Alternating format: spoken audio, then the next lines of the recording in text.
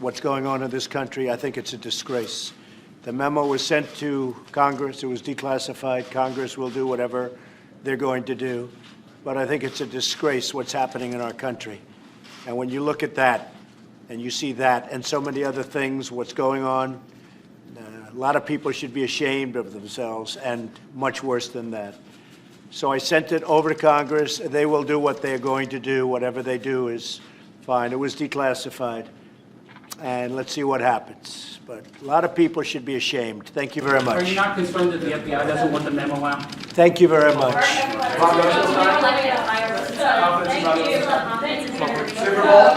You figure that one out. And here's what we know now as a consequence of this memo. The Democratic Party paid money to the Perkins law firm.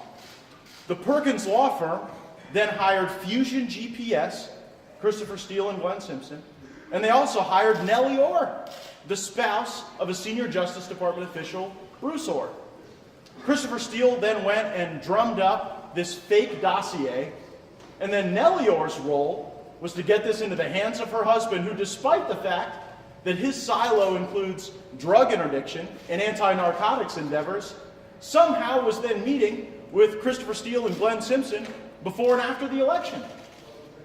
So Nellie Orr gets the information from Fusion GPS.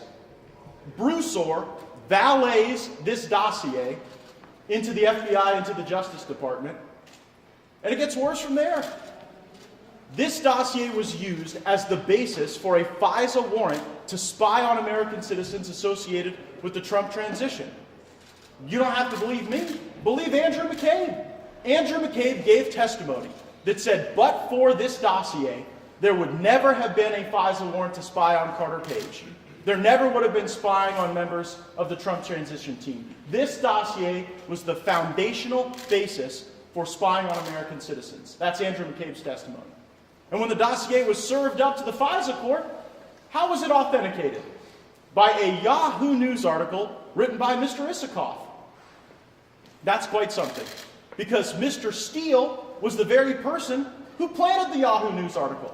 So you've got a dossier funded by the DNC, harvested by Christopher Steele, walked into the Justice Department by the spouse of someone who'd been hired with the very same money, and then you've got Mr. Isikoff's article, planted by Christopher Steele as the foundational basis to bring this matter before a FISA court. Now, the FBI had authorized payment to Christopher Steele, but they never made that payment because they learned that Steele had broken the cardinal rule of talking to the media while working with the FBI on these matters. So they deauthorize the payment. They don't render the payment. But then what's even more outrageous is that for the next period of renewals, multiple renewals, you had the FBI and the Department of Justice certifying to courts information that they knew was built on a false premise, that they knew was validated by an article of someone that they couldn't pay because they found it to be unreliable and breaking protocol. We need to ask questions about who signed these FISA renewals, who made these original applications based on false premises. And to my knowledge, this is the first time in American history that the FBI and Justice Department have been weaponized through the actions of a political party, of the DNC paying the Perkins law firm to pay Christopher Steele and Nellie Orr to get this information converted from a political opposition research document into an intelligence document. That's why I'm outraged. That's why so many of my Republican colleagues are outraged. But we should use this moment not to pat ourselves on the back or to score political points, but to honestly ask the question about our intelligence protocols and about the extent to which the highest levels of our government are vulnerable to politicization and outside influence. This isn't good for Republicans, and it's not good for Democrats. It's not good for this administration or the last administration. And the best thing we can do is come together acknowledging how bad these facts are, taking remedial action to ensure that they don't hurt the country going forward, and then work together in a bipartisan way to try to establish reforms so that this type of horrible activity never happens again in the United States of America. That concludes my remarks. If anyone has questions, I'll be happy to answer them. Congressman? Sure. Well, why don't you first, then over here. Do you think the president should fire Rob Rosenstein and Chris Wray, who is an appointee of his? Is that what you'd like to see as Yeah, I signed up to be a member of Congress, not to be in the HR department at the White House. I think that we've got to exercise our oversight responsibilities to test who made these decisions, what was the decision calculus, and I'll leave to the president who choose to fire or not fire. Well, we'll fix these problems. I think legislation would be helpful. I think that when we have this type of injection of political information into an intelligence process, having stronger notice requirements to the Congress, having more eyes on the facts would ensure that it didn't happen again. Yes? Congressman, should the Democratic memo be released as well? I have no objection to the Democrats reacting to the current memo. If they have additional information that they'd like to offer, let's get it into the public square and debate it. I will say, having read that memo, I think that it's different in that it cites to information that might need to be evaluated before it's released, but I'll leave that decision to the Intelligence Committee. And have you seen the underlying intelligence documents that the memo is based on? There are some documents in the Democrat response document, or do you mean in the majority staff's memo? The underlying intelligence documents that the memo is based on. Yes. Republicans were able to ask questions to the authors of the Nunes Memo, who were then able to cite to some of the underlying intelligence data, and particularly transcripts of interviews that were given before the committee. Actually, have you Yeah. personally reviewed much of the other investigative materials?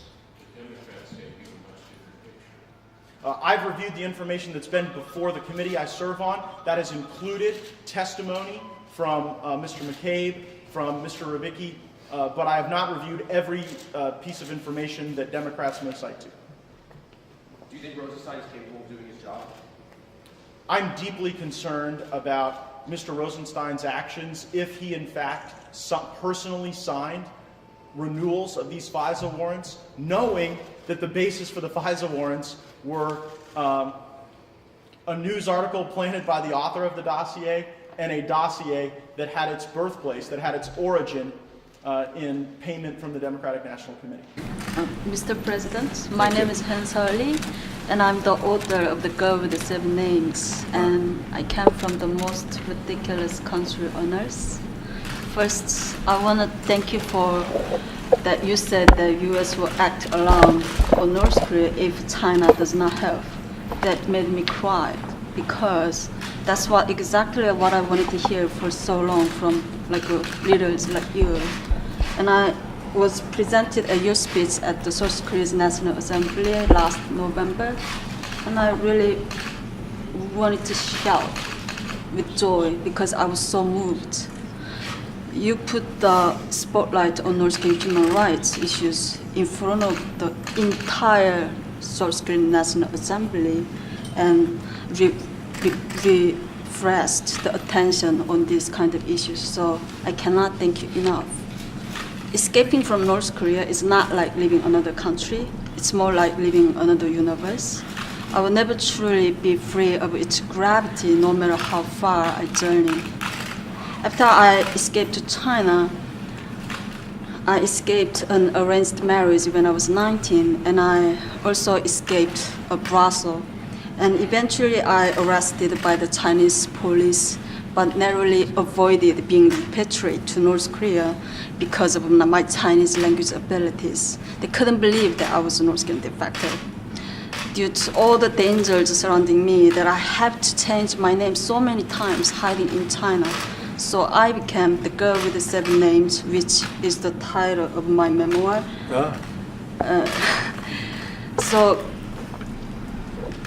Because the Chinese government continued to repatriate North Korean defectors back to North Korea, where torture and imprisonment and the horrifying public executions are standard even today. So many North Korean defectors, even today, they are carrying poisons with them in case they are caught in China on their way to freedom to South Korea.